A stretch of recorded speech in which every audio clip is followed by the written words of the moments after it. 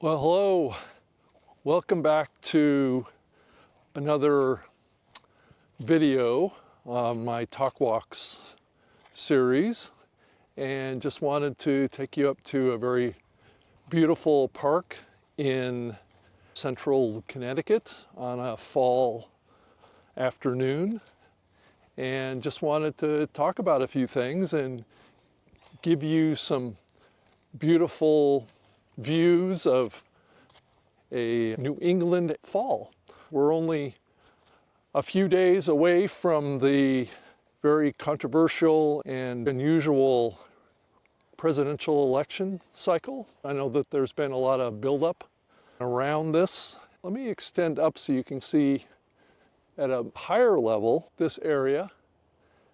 And it's a beautiful blue sunny day, and it's in the 60s today, so I feel fortunate. Now granted, living in New England, these falls are kind of a short-lived experience before we get into the full winter cycle. It's actually a dog park. Let me flip this around and talk a bit about what I'm seeing and what might be on your mind in this current presidential cycle. I live in one of the few states that is considered to be a Democratic state, or a state that leans more on the liberal side. I've never really lived in a state that wasn't a liberal leaning state. I grew up in Washington State, in the Seattle and Bellevue area. That has historically been a very Democrat-centric liberal state. I moved to Connecticut not because of ideology or party. It was a choice I made at the time. This was back in 2019, 2020 timeframe.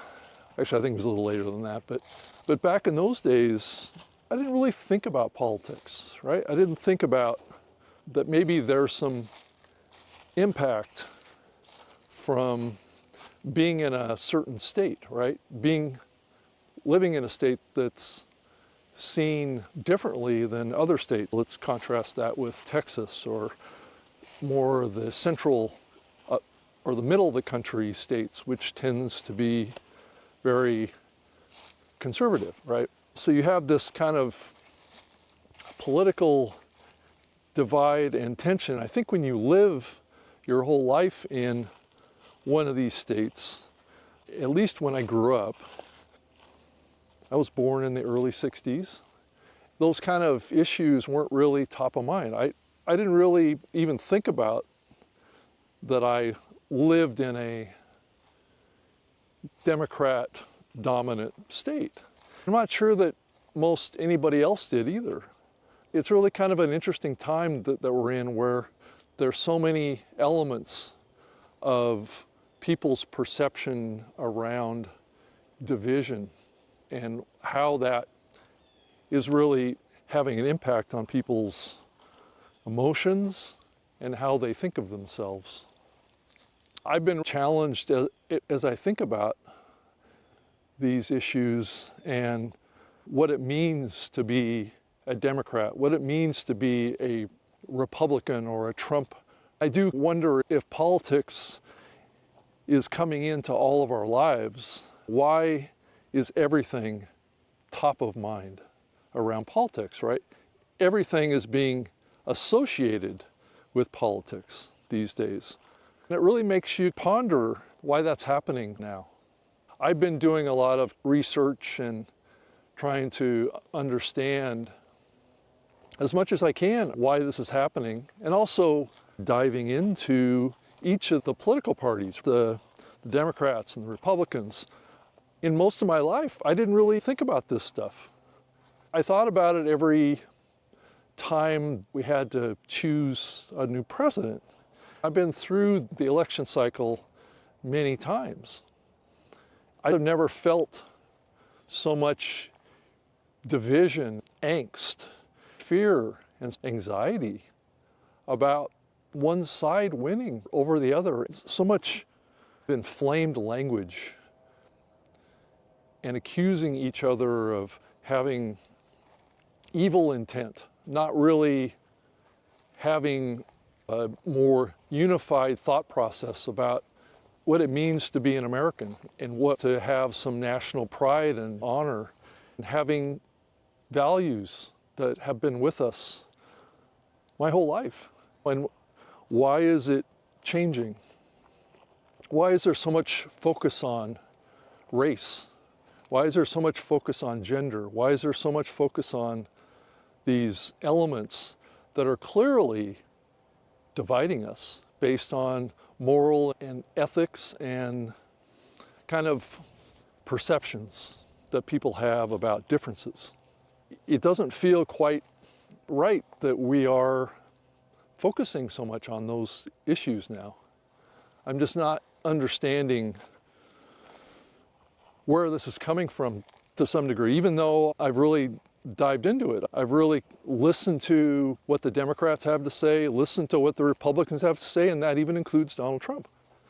And listening to what he has to say, understanding his background, understanding at a deeper level, not just sound bites that the media might play. And that's also the case on Kamala Harris and the Democrats too. I think as a voter, now more than ever, we all need to really spend a little bit of time and take responsibility for being a voter, about being an American and about being patriotic to our own country and trying to do what's right. I think a lot of people are putting too much trust in what others say about politics these days, whether it be the media. Each side says that the other side is wrong. Well, I think at the end of the day, there is a difference between right and wrong. But right and wrong has a filter through some level of morality, right? Or some level of base belief on a certain kind of foundation.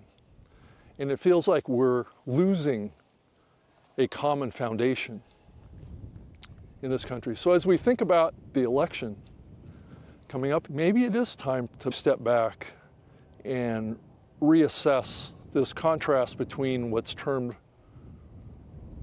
progressive ideology and conservative ideology, and think maybe there's elements of both that are important, but maybe human ideology might be a better way of looking at this. I'm not sure how we get there, because people in groups are taking emotions and weaponizing them against each other. And that's not helpful to a civilization like a democratic republic. Everybody talks about this country being a democracy. And I think that's a little misleading, because we're not really truly a democracy. We're a democratic republic. If you're knowledgeable about our form of government, that's what we are. When you talk about democracy, if you go and look up the definition, it's actually quite different than what you might perceive it as. There's the Democrat Party and the Republican Party. They're blending those concepts together to some degree. The Republic can be construed as part of the Republican Party, and the Democrat side can be construed as being a part of the Democratic Party. But it's far more nuanced than that. And I think we all have to be very careful as we think about the direction of this country. I'm increasingly leaning towards thinking about this country from the lens of more traditional thought process. And that may be a reflection of my age. I'm in my 60s, and I've seen a lot in this country over the years. I grew up in a different time, but I also want to hold on to some of the values that this country was built on. And I don't think that's a problem. As I walk around this green area, and increasingly becoming barren because we're losing all of the leaves on the trees. If I was out here just a month ago, we probably would have seen this as a lush green oasis of sorts. This is what happens in New England in the middle of winter, and a lot of people don't realize it. They just focus on the fall colors and the lusciousness of the green out here. Just a little bit of a contrast to my experience being from Seattle, where there's this concept of evergreen trees, which we don't really have out here. As we move into this next cycle, I think after next Tuesday, we're going to come into a period of a lot of unrest, a lot of anxiety. I think people are going to be scared and nervous about what's next. I am concerned that there are individuals in our government and in places of power that may have a different plan for us, that may not be exactly what we all might want or think should happen here.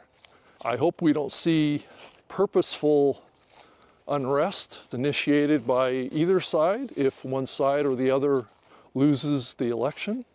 I hope this doesn't happen. But I'm a realist to think that we've moved down this path so far where it is very likely at this point that we may lose control of our democratic republic and things may get out of hand for some period of time. I'm hoping that this is just a temporary situation that we're going to go through. So you can see it's very green out here right now as far as the grass is concerned, but it's been very dry out here too. To wrap up the video and my thoughts, I hope all of you go out and vote. Make sure that you vote. I would, like it's being commonly recommended now, vote as early as you can. Get out and get your vote, because you never know what's going to happen on Tuesday that may limit your access to the ballot box.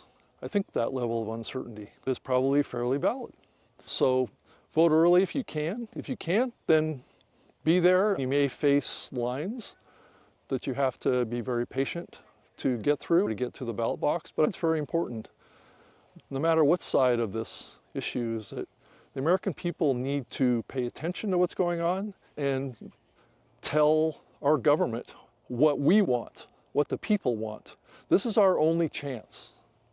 We have to step up to the plate and express ourselves. We all have just one vote, and that's how we want to be governed by our government. I do like the idea that the conservatives have of maybe scaling back government a little bit. So I think that approach is probably good. I think government is maybe getting a little bit too large. And given that, having an emphasis more on free speech, more conservative values. I spent most of my life as a Democrat myself. I caucused for Bernie Sanders in Seattle many years ago, back when he was close to winning the presidential election. I've been on the Democrat side for most of my life, but I am concerned about what I'm seeing on the Democratic side. I don't see the same level of democratic values over there, or democratic republic values, as I've seen in the past. And as we've seen, many well-known Democrats have shifted over to become conservatives. And it has to make you wonder, why is that happening? I'm just posing the question and encouraging you to get out and vote. And I'll keep making these walk talks and sharing my thoughts. And if you have any questions or if you have a comment, I want to hear from you and what you think is going on in the comments below on my YouTube channel at Rob Greenlee. Thank you so much for watching this. I'm going to head back to my car and we'll see you again soon. Thank you very much. Bye.